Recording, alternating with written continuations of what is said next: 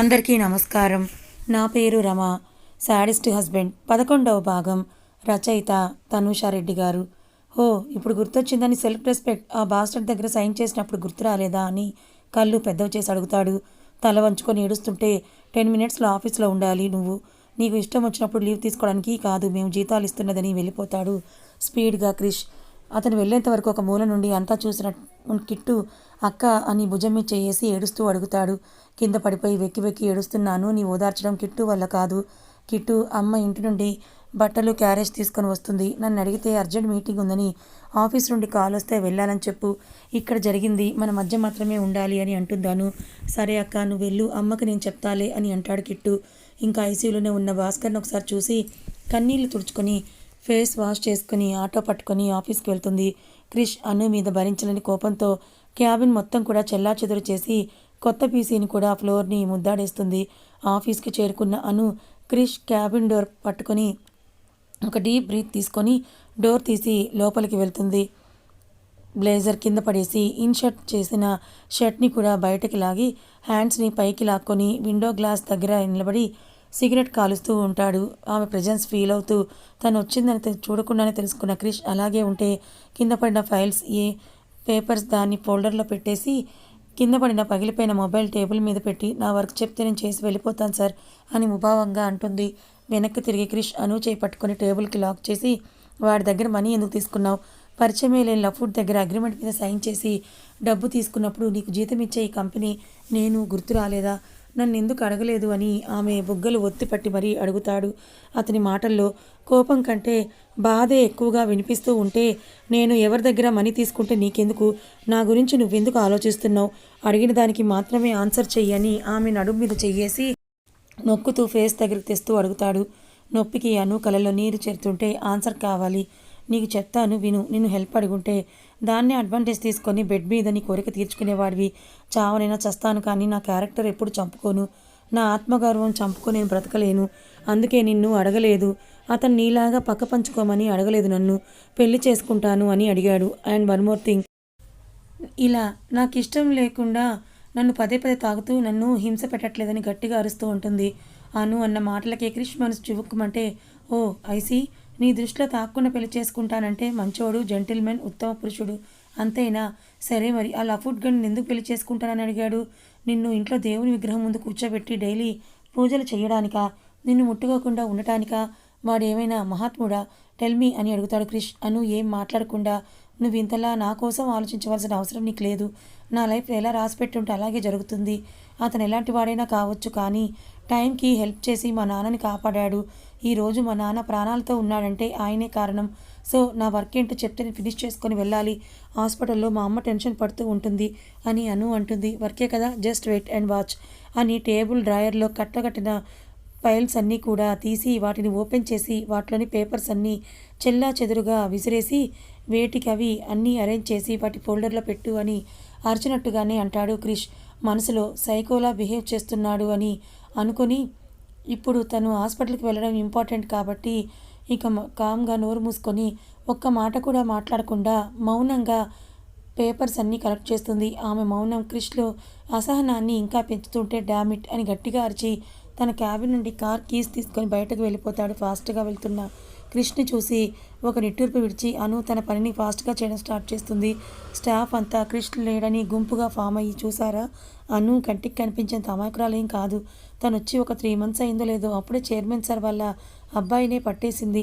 ఇలాంటి వాళ్ళు బాగా డబ్బున రిచ్ కిడ్స్ని తమ అందంతో పడగొట్టి లైఫ్ టైం సెటిల్ అవ్వాలని అనుకుంటారని అంటుంటే వాళ్ళ మాటలు విన్న Kavya just stop this nonsense.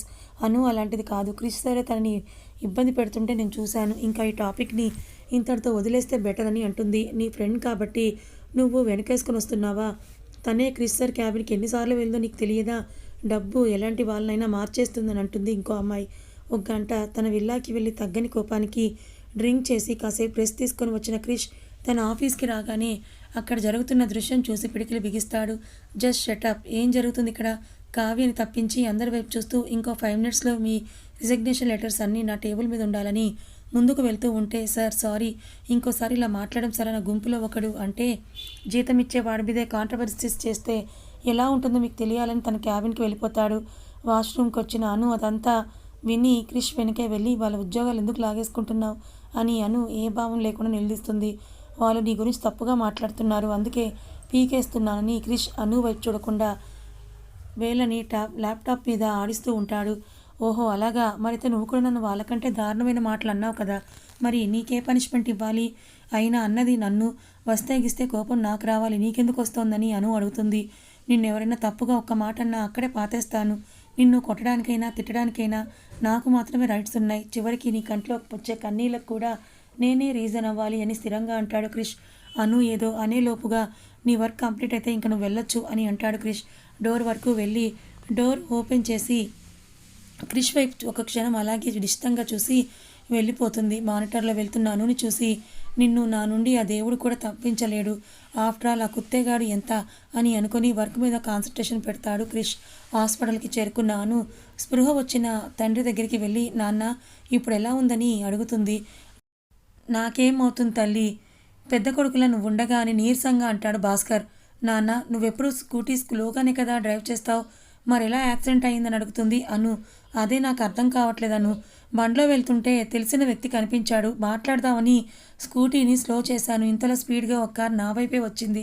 ఆ తర్వాత ఏం జరిగిందో గుర్తులేదు తల్లి, కళ్ళు తెరిచి చూస్తే ఇదిగో మీ అమ్మ నా వైపే చూస్తూ ఏడుస్తూ కూర్చుందని అంటాడు భాస్కర్. అను ఒక నిమిషం ఆలోచిస్తూ కావాలని వాంటెడ్గా ఎవరైనా ఇలా యాక్సిడెంట్ చేశారా అని అనుకుని చచ్చా అదేం ఉండదులే, అయినా మా నాన్న చీమకు కూడా హాని చేయడు కదా, అలాంటిది కక్ష సాధింపు తీర్చుకునే వాళ్ళు ఎవరుంటారులే అని అనుకుంటుంది.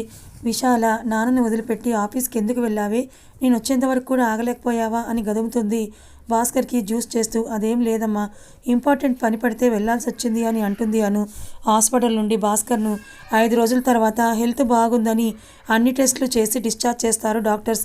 ఇంటికి వెళ్ళిన భాస్కర్ని తెలిసిన వాళ్ళు త్రుటిలో గండం తప్పిందని పలకరించి పోతే విశాల దిష్టి తీస్తే అను నెమ్మదిగా తండ్రిని నడిపించుకుంటూ సోఫాలో కుషన్లో పెట్టి కూర్చోపెడుతుంది. అలా ఒక వారం రోజులు గడిచిపోతాయి. కర్ణ అనుకున్నట్టుగానే తన పేరెంట్స్ తీసుకొని అను ఇంటికి వస్తాడు.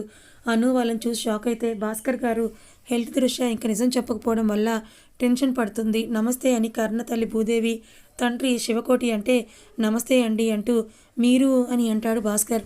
కర్ణ నేను చెప్తాను అంకుల్ అని జరిగిందంతా పూసగుచ్చినట్లుగా చెప్తాడు. భాస్కర్కి హార్ట్ అటాక్ వస్తే బాగుండని అతను అను చేసిన పనికి అనిపిస్తూ ఉంటే ఎదురుగా ఉన్న కర్ణని అతని పేరెంట్స్ని చూసి నా కూతురు కన్న తండ్రిని కాపాడుకోవడానికి ఇలా చేసిందని నాకు ఇప్పుడే తెలిసింది, కొంచెం టైం ఇవ్వండి అని చేతులు జోడిస్తాడు.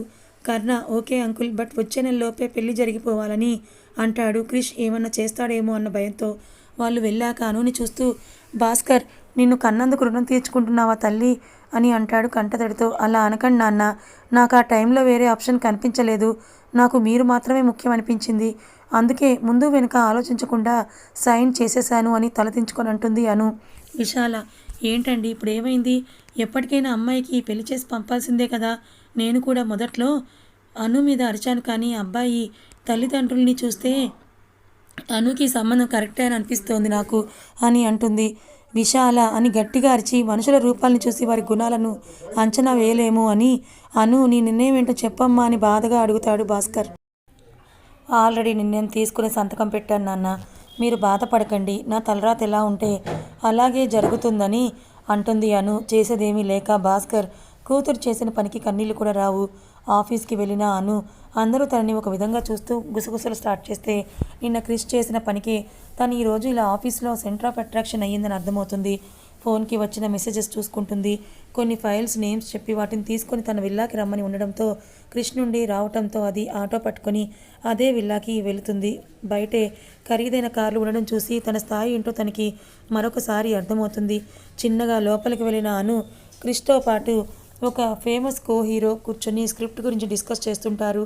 అను కాళ్ళపట్టీల సౌండ్కి తల తిప్పిన చూసిన దట్ హీరో అమన్ ఆమె నుండి చూపు తిప్పుకోలేకపోతాడు. ఏవో పేపర్స్ చూస్తున్న క్రిష్ అమన్ ఎక్స్ప్రెషన్స్ చూసి ఒక గంట గమనిస్తూనే అనుని చూసి కమ్ మిస్ అనురాధ అని గట్టిగా బేస్టోన్తో అనగానే అను బెరుగ్గా వెళ్ళి క్రిష్ ముందు నిలబడి మీరు అడిగిన ఫైల్స్ తెచ్చాను సైన్స్ చేయండి అని టేబుల్ మీద పెడుతుంది. క్రిష్ అన్నీ చెక్ చేసుకునే పనిలో పడితే Aman nice name miss Anuradha అని అంటాడు నవ్వుతూ. థ్యాంక్ యూ సార్ అని అను కూడా ఒక ఫేక్ స్మైల్ ఇస్తుంది. క్రిష్ అమన్ని కన్నెత్తి చూసి నువ్వు పోయి ఇంకా అని అంటాడు. ఇట్స్ ఓకే క్రిష్, నేను వర్క్ అయ్యేంత వరకు వెయిట్ చేస్తానని అంటాడు. కాటన్ చుడీదార్లో చూడచక్కని రూపం అనుది. ముఖ్యంగా ఆమె వెనుక వయ్యారంగా ఊగే పొడుగు జడ ఆమె అందాన్ని మరింత ఆకర్షణీయంగా మారుస్తుంది. క్రిష్ పక్కన నిల్చున్న అను వంగి సైన్స్ కావాల్సిన చోట చూపిస్తూ ఉంటుంది. క్రిష్కి అను తాకేంత దగ్గరలో ఉండడంలో అతనిలో కెమికల్ రియాక్షన్ మొదలైతే ఆమెనే చూస్తూ ఉంటాడు. అను క్రిష్ కళ్ళలోకి ఓరగా తనను చూస్తూ ఉంటే ఆ సోయగాల నయనాలను చూస్తూ ఆ క్షణం అను మీదున్న కోపాన్ని మర్చిపోతాడు. అమన్ జ్యూస్ని సిప్ చేస్తూ అనుకే సైట్ కొడుతుంటే అతని చూపులకు ఇబ్బంది పడుతూ ముఖం చిట్లిస్తుంది అను. క్రిష్ అన్ని సైన్స్ పెట్టాక నేను ఇంకా వెళ్తాను అని అంటుంది. క్రిష్ వైపు చూడకుండా క్రిష్ తనని చూడ్డానికే ఫైల్స్ పేరుతో రప్పించుకొని తనివి తీరా చూసుకున్నాడు కనుక అని యు మే గో నౌ అని మళ్ళీ పేపర్స్ని చేతుల్లోకి తీసుకుంటే అను వెళ్తుంటే వెయిట్ అనురాధ, నేను కూడా అటే వెళ్తున్నాను, ఇఫ్ యూ డోంట్ మైండ్ నేను డ్రాప్ చేయనా అని నవ్వుతూ అడుగుతాడు అమన్. అమన్ని అట్రాక్ట్ చేసేది ఆమె అందం ఒక ఎత్తు అయితే తనొక హీరో అని తెలిసిన ఎగ్జైట్ అవ్వకుండా కూల్ ఒద్దికగా ఉండడం. క్రిష్ అమన్ మాటలు విని అనునే క్రాస్ లెగ్స్ వేసుకొని అనుని సూటిగా చూస్తూ ఏం ఆన్సర్ ఇస్తుందా అని చూస్తాడు. అను క్రిష్ మాడిపోయిన ముఖం చూసి ఓ అయ్యగారు జలస్ అవుతున్నారా, చెప్తా నాగు శాడిస్ట్ని సంగతి అని అనుకొని ఓకే సార్ అని నవ్వుతూ బదులిస్తుంది. అమన్ ఆనందానికి అవధులుండవు. కమ్ అని అమన్ ముందు వెళ్ళిపోతే అను తీసుకొని వచ్చిన ఫైల్స్ మీద క్రిష్ సైన్స్ అని చెక్ చేసి ఇంకా వెళ్తాను అభి సార్ అని రాగం తీస్తూ వెళ్తుంటే దీనికి వెటకారం బాగా ఎక్కువైంది అనుకుని క్రిష్ వెనక నుండి అను జడ పట్టుకొని లాగుతాడు. కొంచెం గట్టిగా లాగటం వల్ల అమ్మ అని అరిచి కోపంతో బండ సచ్చినోడా అని మనసులో అనుకుని వెనక్కి తిరిగి క్రిష్ వైపే చూస్తుంది అను. సైడ్ స్మైల్తో చూస్తున్న క్రిష్ని చూసి అసలేంటి మీ ప్రాబ్లం, ఇందాకటి నుంచి చూస్తున్న చూపులతోనే నన్ను భస్మం చేసేలా చూస్తున్నారు అని ఆవేశంగా అడుగుతుంది అను. జడ వదిలేసి get ready for my sweet torture అని కన్ను కొట్టి జడ వదిలేస్తాడు క్రిష్. అతని నవ్వులో ఆమెకి ఏదో అంతరార్థం తెలియక అయోమయంగా క్రిష్ వైపే చూస్తూ వెళ్తుంది. అను కోసమే గోతికాడ నక్కలా ఉన్న అమన్ని చూసి సార్ నేను ఇప్పుడు ఆఫీస్కి వెళ్ళట్లేదు, ఇంకో పని మీద వేరొక చోటికి వెళ్తున్నా, మీరు వెళ్ళండి అని అంటుంది. ఇట్స్ ఓకే, ఎక్కడ డ్రాప్ చేయాలో చెప్పండి, అక్కడే డ్రాప్ చేస్తానని వదలని జిడ్డుగాడ్లా అమన్ అంటాడు. వీడేంటి బంకమట్టిలా ఇలా తగులుకున్నాడనుకొని నో సార్ నేను వెళ్ళే ప్లేస్లో మీ కాస్ట్లీ కార్ దూరదు అని అంటూ అమన్ ఇంకా ఏదో అనేలోపు మెయిన్ రోడ్ మీద ఉన్న ఆటో దగ్గరికి వెళ్ళిపోతుంది అను. క్రిష్ బాబు ఆటో ఎక్కుతున్న అనుని చూసి పైన బాల్కనీలో ఆరంగా జ్యూస్ చిప్ చేస్తూ చిన్నగా నవ్వుతూ అను కూర్చున్న ఆటో వైపే చూస్తుంటాడు. ఇంతలో క్రిష్కి వంశీ నుండి కాల్ వస్తుంది. నీ అనుమానం నిజమే క్రిష్, ఈ యాక్సిడెంట్ ఆ కర్ణగాడి చేయించి అను దగ్గర దానకర్ణుడిలాగా ఫోర్స్ కొట్టి సింపతి కొట్టేశాడు అని అంటాడు. ఐ నో అని క్రిష్ నవ్వుతూ ఉంటే వాట్స్ యువర్ నెక్స్ట్ ప్లాన్ అని క్రిష్ గురించి తెలిసి అడుగుతాడు వంశీ. జస్ట్ నథింగ్, నన్ను దాటి ఎంతవరకు వెళ్తాడో చూద్దామని కాల్ని కట్ చేస్తాడు. ఐపీఎస్ ట్రైనింగ్లో ఉన్న వంశీ మొదటిసారి అను గురించి తెలిసినప్పటి నుంచి క్రిష్ అను మీద ఉన్న ఇంట్రెస్ట్ని తెలుసుకొని ఆఫీస్లో కుమార్ ద్వారా ఎప్పటికప్పుడు క్రిష్ అను మధ్య జరిగేదంతా కూడా తెలుసుకుంటూనే ఉన్నాడు వంశీ. చిన్నగా నవ్వుతూ బాల్కనీ రెయిలింగ్ ఆనుకొని అనుని గుర్తు తెచ్చుకొని నీకు మంచి సర్ప్రైజ్ గిఫ్ట్ ఇస్తాను అను పాప, గెట్ రెడీ ఫర్ ఇట్ అని ఎవరికో కాల్ చేసి ఫుటేజ్ పంపమని అడుగుతాడు. చెప్పినట్లుగానే 5 నిమిషాల ఫుటేజ్ తన మొబైల్కి వస్తుంది. అది చూసిన క్రిష్ పెదవుల్లో ఒక విలనీ స్మైల్ నవ్వు. ఆటోలో వెళ్తున్న అను ఎందుకు క్రిష్ సార్ ఇలా బిహేవ్ చేస్తున్నారు, నేను ఎవరితో మాట్లాడినా ఈయనకెందుకు, పైగా నన్ను కాల్ చేసేలా చూస్తారు, కొంపదీసి నన్ను ఈయనగారు లవ్ చేస్తున్నారా ఏంటి, నో నహి ఏదో ఒద్దు ఒడుగు బాగున్నాడని ముచ్చట పడ్డానే కానీ ఆయన గారి శాడిస్టిక్ లవ్ని తట్టుకోవడం నా వల్ల కాదు. ఇంతవరకు నన్ను బాగా రోస్ట్ చేసుకొని నీ శాడిజంని సాటిస్ఫై చేసుకున్నావు కదా బండ సచ్చినోడా, ఇక నుంచి నేను నిన్ను ఆడుకుంటాను చూడు అని ఆలోచనలో ఉన్న అనుకి ఆటో డ్రైవర్ ఆఫీస్కి తీసుకొని వచ్చింది కూడా కనపడదు. మీరు చెప్పిన అడ్రస్కి వచ్చింది మేడం అని డ్రైవర్ అంటే ఆ ఆలోచనలో బయటకు వచ్చిన అను డబ్బులు ఇచ్చేసి నేరుగా తన క్యాబిన్కే వెళ్ళిపోతుంది. సాయంత్రం వరకు ఆఫీస్లో వర్క్ చేసి ఇంటికి రిటర్న్ అవుతుంది. దారిలో ఫ్రూట్స్ తీసుకొని ఇంట్లో కొన్ని సరుకులు కూడా తీసుకొని క్యాబ్లో ఇంటికి వెళ్ళి ఫ్రెష్ అయ్యి భాస్కర్ గారితో కాసేపు మాట్లాడి డిన్నర్ అయ్యాక ట్యాబ్లెట్స్ ఇచ్చి పెరట్లోకి వెళ్తుంది అను తండ్రి హెల్త్ బాగైతే గుడికి వస్తానని మొక్కుకోవడంతో ఎర్లీ మార్నింగ్ గుడికి వెళ్తుంది. దర్శనం చేసుకొని క్రిష్ ఆలోచనలతో ఉన్న అను నేనేంటి క్రిష్ గురించి ఆలోచిస్తున్నాను, నాకు ఇష్టం ఉన్నా లేకపోయినా ఇంకొన్ని రోజుల్లో నేను ఇంకొకరి భార్యనవుతాను, సో ఇలా ఆలోచించడం తప్పు అని మనసులో అనుకుంటూ నిజంగానే క్రిష్ సార్ నన్ను ఇష్టపడుతున్నారా, ముందు ఈ విషయం క్లారిటీగా తెలుసుకోవాలని దృఢంగా అనుకుంటుంది. ఎర్లీ మార్నింగే కాబట్టి జనం తక్కువగా ఉండి పీస్ఫుల్గా ఉంటే తను కూర్చున్న చోటు నుంచి అప్పుడే ఉదయిస్తున్న సూర్యుడిని చూస్తూ చుట్టూన్న లోకాన్ని మర్చిపోయి చూస్తుంటుంది. ఎవరివో సూదంటి చూపులు తనని గుచ్చుతున్నట్లుగా అనిపించి వెనక్కి తిరిగిన అనుకి తనకి అందేంత దగ్గరలో క్రిష్ వైట్ షర్ట్ వైట్ పంచ్తో పిచ్చ హాట్గా ఉండేసరికి అను కళ్ళు పొడుచుకొని ముందుకొస్తాయి. గుడ్ మార్నింగ్ అను. ఏంటి పొద్దు పొద్దున్నే గుడి మీద పడ్డావు? ఈసారి ఎవరి అగ్రిమెంట్ మీదైనా సైన్ చేయాలని ఆలోచిస్తున్నావా? ఐ మీన్ నీకు నీ లైఫ్ అంటే అస్సలు ఇంట్రెస్ట్ లేదు కదా. పైగా జీవితాన్నే ఒకడికి పనంగా పెట్టావు. సో అందుకే అలా అడిగాను అని క్రిష్ సూటిగా చూస్తూ అనునే అడుగుతాడు. చివాల్న క్రిష్ వైపు కోపంగా నిండిన కళ్ళతో చూస్తూ ఎర్రగా మారిన ముక్కుతో, చూడు మిస్టర్ అభిరామ్ కృష్ణ, నేనెందుకు గుడికి వస్తే నీకెందుకు? అయినా అగ్రిమెంట్ మీద సైన్ చేసింది నేను, మధ్యలో నీకేంటి? సైలెంట్గా ఉన్నానని ప్రతిసారి నీ మాటలతో నన్ను బాధ పెట్టడం కరెక్ట్ కాదు అని తనకు ముందు అడ్డంగా ఉన్న కృష్ణని విసురుగా నెట్టేసి 4 అడుగులు ముందుకు వేయగానే హాయ్ అను అని పళ్ళు కిలుచుకుంటూ కర్ణ వస్తాడు. అతన్ని చూసి అనువులో అసహనం. ఒకడు సైడ్ అయ్యాడు, ఇంకొకడు ఫ్రేమ్లోకి వచ్చాడు. కర్మ అని అనుకుంటూ పైకి మాత్రం హాయ్ సార్ మీరేంటి ఇక్కడ అని అడుగుతుంది అను. నీకోసమే వచ్చానని కర్ణ అంటే అను క్రిష్ ముఖం చూస్తుంది. కానీ క్రిష్ మాత్రం కూల్గా వాళ్ళనే చూస్తూ హ్యాండ్స్ 2 హోల్డ్ చేసుకొని మరీ వాళ్ళ మాటలు వింటుంటాడు. నా కోసం ఏంటి సార్ అని అను కనుబొమ్మలు ముడేసి అడుగుతుంది. అను అదే నిన్ను కలుద్దామని మీ ఇంటికి వెళ్ళాను. ఆంటీ నువ్వు గుడికి వెళ్ళావన్నారు, అందుకే వచ్చానని అంటాడు కర్ణ. క్రిష్ అను దగ్గరికి వెళ్ళి అను ఈరోజు మీటింగ్ ఉంది, తమరే నాకు అసిస్ట్ చేయాలి, గుర్తుంటే త్వరగా వచ్చేయండి. ఒకవేళ మీరు మీ బాయ్ ఫ్రెండ్తో ఏమైనా ప్లాన్ చేసుకొని ఉంటే లీవ్ తీసుకోండి, నో ప్రాబ్లం అని నవ్వుతూ అంటాడు. క్రిష్ మాటలకే కాదు అతని బిహేవియర్ కూడా అను షాక్ అయ్యి నో థ్యాంక్స్ సార్ నేను వస్తాను అని స్థిరంగా చెప్పేసి అను ముందుకు వెళ్ళిపోతూ ఉంటే ఇంటికే కదా వెళ్ళేది, నేను డ్రాప్ చేస్తాను అని అంటాడు కర్ణ. ఇంతలో క్రిష్ పేరు మీద అర్చన చేయించి వస్తుంది లక్ష్మీకాంతం బామ్మ. అనుని చూసి గుర్తుపట్టి లక్ష్మీకాంతం బామ్మ, అభి ఈ అమ్మాయి ఆ రోజు ఇదే గుడిలో కలిసిన అమ్మాయే కదా అని అడుగుతుంది. హా గ్రాని అని క్రిష్ అంటే అను నమస్తే బామ్మగారు ఎలా ఉన్నారు అని పలకరిస్తుంది. అను సంస్కారానికి ముచ్చట పడుతూ నేను బాగున్నానమ్మా, నువ్వెలా ఉన్నావని ప్రేమగా అను తల నిమురుతూ అడుగుతుంది బామ్మ. మనసులో బామ్మ శివయ్య ఈ బంగారు బొమ్మకి నా కిట్టయ్యకి ముడి వేయవయ్యా అని మనసులో అనుకుంటూ ఏదో పరధ్యానంలో ఉన్న బామ్మను క్రిష్ చూసి గ్రాని నువ్వు వెళ్ళి కారులో కూర్చో, నేను ఒక 2 మినిట్స్లో వస్తానని పంపిస్తాడు. కర్ణ వెళ్దామని అనుని తొందర చేయగా వాడితోనే ఏగలేక చేస్తుంటే మళ్ళీ వీడొకడు నా ప్రాణానికి అని మనసులో కచ్చిగా అనుకొని క్రిష్ కళ్ళల్లో ఈర్ష్య నిప్పులు పోసి అను కర్ణ కారెక్కుతుంది. వెళ్ళు, ఎక్కడికి వెళ్ళినా చివరికి నా ఆఫీస్కే కదా వచ్చేది, అప్పుడు చెప్తా నీ సంగతి అని అనుకొని తన కార్ దగ్గరికి వెళ్ళిపోతాడు క్రిష్. కారులో కూర్చున్న అను మౌనంగా ఉంటే నువ్వు జాబ్ చేయడం నాకు ఇష్టం లేదను, రిజైన్ చేసేయొచ్చు కదా అని కర్ణ అంటే నేను అసలుకే జాబ్ చేయడం ఇష్టం లేదా, లేక మీ శత్రు కంపెనీలో జాబ్ చేయడం మీకు ఇష్టం లేదా సార్ అని అడుగుతుంది అను. వాడికి నాకు కాలేజ్ అప్పటి నుంచి క్లాషెస్ ఉన్నాయి అను, ఇంతకీ నువ్వు రిజైన్ చేస్తావా లేదా అని అంటాడు కర్ణ. అది జరిగే పని కాదు కర్ణ సార్, క్రిస్ సార్ నన్ను అగ్రిమెంట్ పేరుతో లాక్ చేశారని అంటున్నాను. నేను జాబ్ రిజైన్ చేయాలంటే 1 crore పే చేయాల్సి ఉంటుందని అను అంటుంది. ఆ మనీ నేను ఇస్తాను అను, నువ్వు ఎవరి దగ్గర వర్క్ చేయాల్సిన అవసరం నీకు లేదు, చెక్ వాడి ముఖం మీద కొట్టి జాబ్ రిజైన్ చేసిరా అని కార్ని ఇంటి ముందు ఆపుతాడు కర్ణ. వద్దు సార్, ఇప్పటికే ఒకరికి ఎంప్లాయీ లాగా లాక్ అయితే మీకు భార్యగా పర్మనెంట్గా లాక్ అయ్యాను, ఇంతకు మించి మీ దగ్గర నేను ఏ హెల్ప్ తీసుకోలేను, అలా తీసుకుంటే నా ఆత్మాభిమానాన్ని నేను చంపేసినట్టే అవుతుందని చెప్పి లోపలికి వెళ్ళిపోతుంది. ఇప్పుడు అర్థమైంది అను క్రిష్ నిన్నెందుకు సెలెక్ట్ చేసుకున్నాడో అని అనుకుంటాడు కర్ణ. టిఫిన్ తినేసి తండ్రికి తనే తినిపించి టాబ్లెట్స్ వేసి అమ్మ నేను ఆఫీస్కి వెళ్ళొస్తాను, నాన్న జాగ్రత్త అని చెప్పి ముందుకు వెళ్ళిపోతుంది. వెళ్తున్న అనుకి లంచ్ బాక్స్ అందిస్తూ మీకు నాన్నకంటే ముందు నాకు మొగుడే, నా మొగుడిని ఎలా చూసుకోవాలో నువ్వు నాకు నేర్పిస్తున్నావా?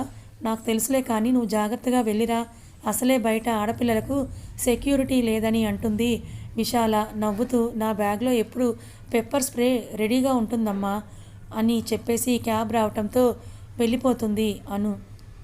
ఆఫీస్కి వెళ్ళిన అను క్రిష్ చెప్పిన మీటింగ్ ఉండడంతో తనే ఫైల్స్ అన్ని చెక్ చేసి క్రిష్ పక్కన పెడుతుంది. పెన్ డ్రైవ్ సిస్టమ్ కనెక్ట్ చేసుకొని ప్రొజెక్టర్ ఆన్ చేయమని చెప్పి తనే మొత్తం ఎక్స్ప్లెయిన్ చేస్తాడు.